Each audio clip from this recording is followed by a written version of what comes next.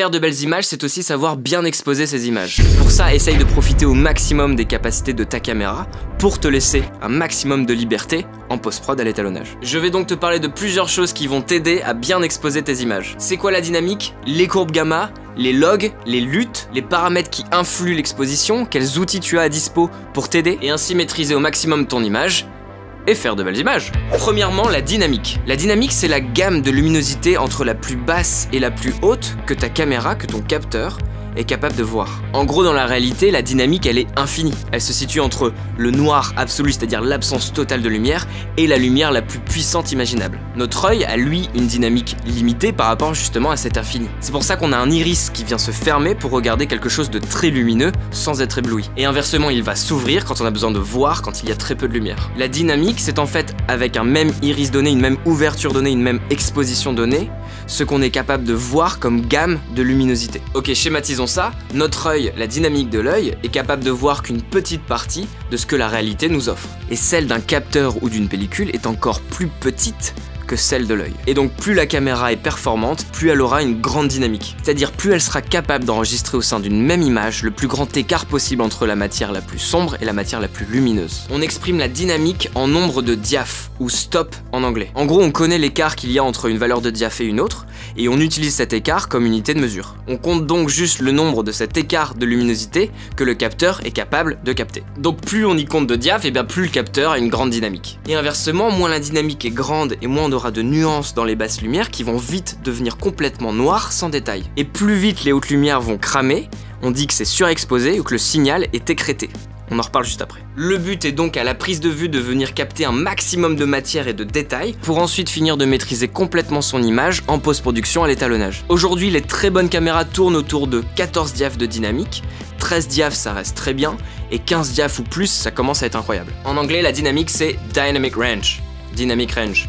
Voilà. Donc quand tu entends parler de HDR, ça veut en fait dire High Dynamic Range, et c'est donc une grande dynamique. Deuxièmement, RAW et courbe gamma. De base, un capteur qui est en fait constitué d'un damier de photosites rouge, vert et bleu va en fait transformer la lumière en un signal électrique. Ce signal électrique à la sortie du capteur, c'est ce qu'on appelle le RAW, le signal cru. Ce ne sont que des données et c'est donc pas visualisable tel quel sur un écran. On s'amuse à dire en faisant le parallèle avec la pellicule que c'est un négatif numérique et donc qu'il faut l'interpréter et donc le développer pour pouvoir le visualiser. Les caméras cinéma professionnelles proposent d'enregistrer directement ce signal RAW, ce qui fait que le développement sera fait en post-prod. Sinon, toutes les autres caméras traitent leur signal directement en interne, c'est-à-dire font leur développement à l'intérieur du boîtier. Le développement consiste donc à créer les images, suivant les réglages d'ISO, de température de couleur, de teinte, de saturation, de courbe gamma, de contraste, etc. qui sont des réglages qui sont réglables à l'intérieur de ta caméra ou non. Ce lot de réglages s'appelle, suivant le constructeur de la caméra,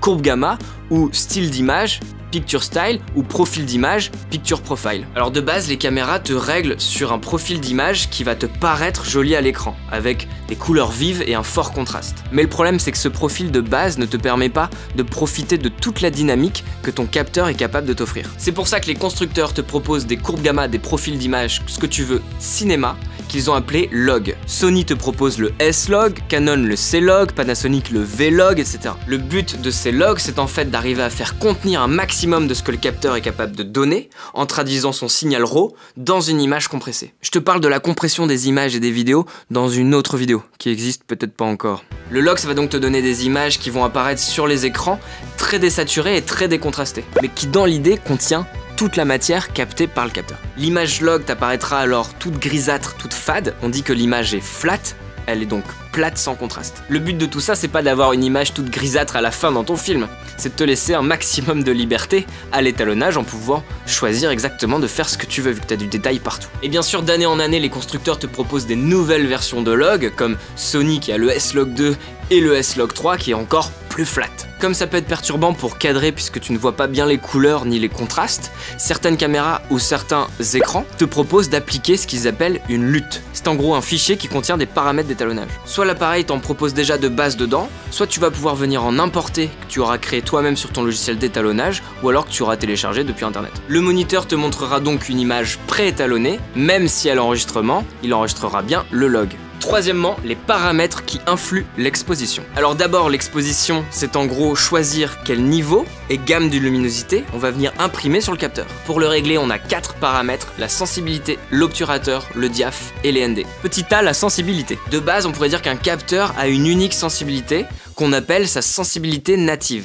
Elle s'exprime en ISO. Mais notre caméra va nous permettre de électroniquement venir la réduire ou la booster. Mais dans l'idée, la caméra aura le meilleur rendu, la plus grande dynamique quand elle est réglée sur sa sensibilité native, sur son ISO natif. Plus tu vas augmenter les ISO, plus tu vas avoir du bruit qui va apparaître sur l'image. Un fourmillement qu'on appelle le grain quand c'est en pellicule. Quand on expose une image, on va donc commencer par venir régler la caméra sur son ISO natif, qui est soit le plus petit en fait, ou alors par exemple comme dans les caméras Canon, qui est distingué parce qu'il est entouré entre des crochets. Et si après tous les réglages qu'on va voir après, ton image n'est pas encore assez exposée, alors autorise-toi à venir booster les ISO, quitte à avoir beaucoup de bruit à l'image. Parce que augmenter la luminosité à l'étalonnage, c'est généralement pire. Tu vas dans tous les cas augmenter le bruit, mais en plus les artefacts de compression qui vont devenir visibles, et c'est dégueulasse. Donc en gros, mon conseil, c'est de venir augmenter la luminosité, donc les ISO, avant la compression de ta caméra. Petit B, l'obturateur. L'obturateur, ça te permet de choisir le temps d'exposition de tes images. Autrefois, l'obturateur était mécanique, c'était un disque qui était plus ou moins ouvert et qui venait tourner devant la pellicule. Il laisse passer la lumière pendant un temps suivant l'ouverture du disque. Puis pendant qu'elle cache la lumière, la pellicule vient tourner pour préparer l'image suivante. Il s'exprime du coup en degrés d'ouverture du disque, par exemple 180 degrés. À 180 degrés, ça veut dire qu'à 25 images secondes, il laisse 1/50e de seconde d'exposition par image. Et 90 degrés à 25 images secondes, ça fait 1/100e de seconde d'exposition. Aujourd'hui dans nos caméras numériques, l'obturateur il est électronique. C'est-à-dire que électroniquement, le capteur s'active et se désactive pour simuler un obturateur. Certaines caméras numériques te laissent le choix d'exprimer l'obturateur en degrés ou en secondes. Mais le plus répandu aujourd'hui, c'est de l'exprimer en secondes, c'est-à-dire 1/50e ou 1/100e ou 1/200e, etc. L'obturateur va donc nous permettre de laisser passer plus ou moins de lumière suivant le temps d'exposition. Plus il sera lent et plus la lumière aura de temps pour imprimer le capteur, et donc plus ça sera lumineux. Et inversement, plus il est rapide, et moins le capteur a de temps pour être imprimé par la lumière, et plus c'est sombre. Mais dans l'idéal, l'obturateur, on va éviter de l'utiliser que pour l'exposition, mais comme un outil artistique. Parce qu'il nous permet de choisir si les mouvements dans nos images sont figés ou filés. Et oui, plus l'obturateur est lent, et donc plus le temps d'exposition est long, donc par exemple 1/25e de seconde qui est le plus long à 25 images secondes, et plus on aura des filets, c'est-à-dire du flou de mouvement. Et à l'inverse, plus l'obturateur est rapide, donc le temps d'exposition est court, et plus ça va figer les mouvements. Ça donne alors l'impression de vitesse et d'image saccadée. Quand on ne cherche pas à faire d'effet particulier, le réglage de base est 180 degrés, donc pour 25 images secondes, 1/50e. Petit c, le diaph, le diaphragme. Et oui, bien sûr, on a l'ouverture du diaph qui va plus ou moins laisser passer de lumière. L'ouverture d'un diaph, ça s'exprime en inverse de la longueur focale. On dit par exemple f sur 2,8, mais pour faire simple, on peut dire qu'on ouvre à f de 8 ou juste on ouvre à 2,8. Et donc comme c'est un inverse, alors plus le chiffre est petit et plus le diaph est ouvert et laisse passer de lumière. Et donc plus le chiffre est grand et plus le diaph est fermé et donc laisse passer moins de lumière. Mais pareil que pour l'obturateur, le diaph, on va éviter de l'utiliser que pour l'exposition, mais avant tout comme un outil artistique. Puisque comme tu le sais, vu que tu as regardé ma vidéo sur comment choisir les objectifs, le diaph et la longueur focale te permet de choisir la profondeur de champ. Plus le diaph est ouvert et donc plus la profondeur de champ est réduite et plus tu as de flou dans l'image. Et plus il est fermé et plus la profondeur de champ s'agrandit et donc plus tout est net. Petit d, les ND. Les ND, pour rappel, c'est des filtres de densité neutre qui sont soit intégrés directement à l'intérieur de ta caméra juste devant le capteur, ça n'existe pas pour les appareils photo, ou alors que tu viens visser sur l'objectif, donc là ça existe pour tout et n'importe quoi, ou alors que tu viens mettre dans un porte-filtre dans une matbox. Les ND, ça sert à venir faire passer moins de lumière et ça ne sert qu'à ça. Ils vont donc nous permettre de venir choisir avec plus de liberté la valeur de notre diaph et de l'obturateur. Il y a différentes puissances de filtres ND et il y a aussi des filtres ND progressifs qui sont juste super pratiques puisqu'ils permettent de venir assombrir précisément l'image comme on le veut. Ce sont en fait deux filtres polarisants qui sont l'un sur l'autre et qui en se désaxant laissent passer plus ou moins de lumière. Ça existe aussi qui se vise directement sur ton objectif, faut juste que tu vérifies le diamètre du pas de vis de ton objectif. Et c'est trop cool parce que ça commence à venir être intégré à l'intérieur des caméras, comme la Sony FS5 ou la FS7 Mark II. Bon là par contre je crois pas que c'est le même procédé, c'est pas des filtres polarisants, ça doit être un système électronique de vide qui s'obscurcit, je ne sais pas. Cinquièmement, comment bien exposer ces images? Ah bah enfin c'est le titre de la vidéo Guillaume. Ouais mais c'était important qu'on passe par toutes les étapes que j'ai dites avant, quand même. Alors je t'ai parlé de tous les paramètres que tu as à disposition pour faire varier justement cette exposition, même si comme je te l'ai dit, ces paramètres peuvent avoir une influence artistique et pas seulement sur la luminosité. Et donc les filtres ND vont bien nous aider et les réglages des ISO en dernier recours. Petit A, les outils de mesure. Pour bien exposer nos images, on va éviter de se fier à notre écran, à notre moniteur. Parce qu'il n'est pas étalonné, mais surtout parce que ni lui, ni tes yeux ne seront capables de te montrer précisément ce qui est enregistré comme matière. C'est pour ça qu'on a plusieurs outils à notre dispo pour nous aider. Bon, qui sont malheureusement pas tous dispo dans les caméras, et encore moins dans les caméras bas de gamme. L'oscilloscope. L'oscilloscope, c'est ça, et ça dessine ton image en courbe de luminance. Il t'affiche dans l'image dans la longueur de gauche à droite, et te montre où se situe la luminance de tes pixels. En le comparant à ton image, tu verras alors donc à quoi correspond tel pic de luminosité. En bas de l'oscillo, c'est 0% de luminance, donc noir absolu. Et en haut de l'oscillo, c'est 100% de luminance, donc blanc absolu. Et le signal vidéo, il ne peut pas aller plus haut que 100%, ni plus bas que 0%.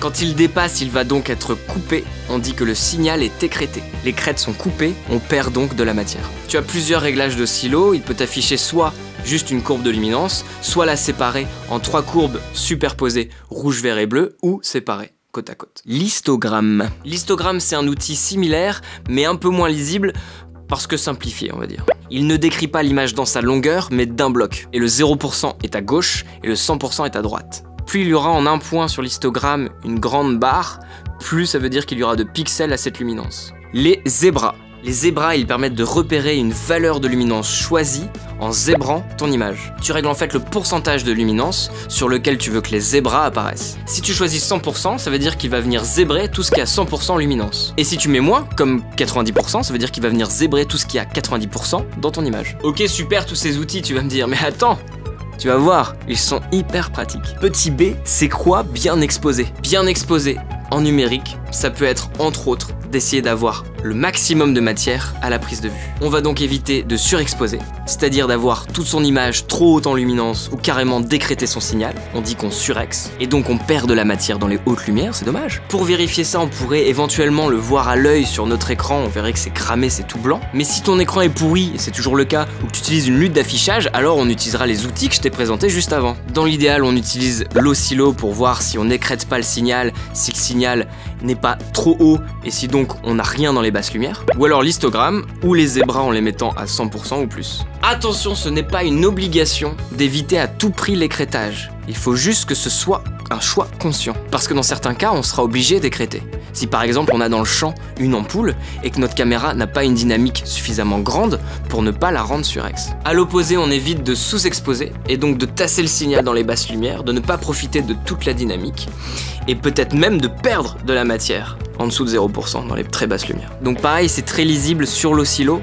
ou sur l'histogramme si t'es sous-exposé. Alors petit conseil, si tu souhaites qu'au résultat final ton image soit sombre, je te conseille quand même qu'à la prise de vue, tu exposes bien ton image en faisant hyper gaffe du coup de ne jamais surexposer, décréter, pour ensuite pouvoir régler précisément ton niveau de luminosité à l'étalonnage. Parce que sinon la compression de ta caméra risque de tout niquer dans les basses lumières. C'est généralement pas là où c'est le meilleur. L'objectif, c'est donc de profiter de contenir toute ton image, toutes les nuances dans la dynamique qu'offre ta caméra. Une image bien exposée aura donc un signal qui remplit au mieux tout ton oscillo ou tout ton histogramme. Le signal ne sera ni tassé vers les 0%, ni vers les 100%, mais sera bien contenu entre les deux. Et bien sûr, plus tu auras une caméra avec une grande dynamique, et bien plus ce sera facile de faire contenir tout ce signal. Petit C, bien exposer les visages. Un repère pratique pour exposer les visages, c'est de ne pas les exposer au-dessus de 70%. Fais des tests peut-être avec ta caméra pour vérifier si 70% suivant ton log, c'est un bon repère, ou pas, pour les visages. Mais généralement, au-delà, la peau paraît cramée. Et tu vas commencer à perdre des détails. Si tu es en interview classique ou en fiction de jour, tu peux abuser de cette technique et venir toujours mettre les visages en effleurant les 70%. Le plus rapide pour ça, c'est d'utiliser les zébras. Tu les règles à 70% et tu essayes d'avoir un tout petit peu de zébra sur les visages. Tu peux aussi te servir d'un oscillo. Par contre, l'histogramme, ça sera pas du tout lisible dessus. Peu importe le repère de luminance que tu te donnes pour les visages, 70% ou autre, ça te permet en fait d'avoir une continuité d'exposition à travers tes plans au sein d'une même séquence. Par contre, quand tu es en plan très large et que du coup les visages sont trop petits pour arriver à lire les zébras, oublie cette technique et essaye juste de bien exposer tes images en faisant contenir le signal au mieux, en utilisant l'oscillo ou l'histogramme. Voilà, j'ai essayé d'être le plus complet pour à la fin finir sur une conclusion plutôt simple, mais ça me semblait important que d'abord tu comprennes ce qu'est la dynamique, le RAW, le log, etc. pour ensuite mieux appréhender et maîtriser ce qu'est l'exposition. Si t'as d'autres conseils, ou que j'ai oublié des trucs hyper importants, ou que je dis de la merde, et bah hésite pas à mettre des commentaires. Et si tu cherches d'autres conseils sur tout ce qui tourne autour de la création vidéo, hésite pas à t'abonner à ma chaîne Rouge Vert Bleu. Moi c'est Guillaume, je te dis à la prochaine, ciao!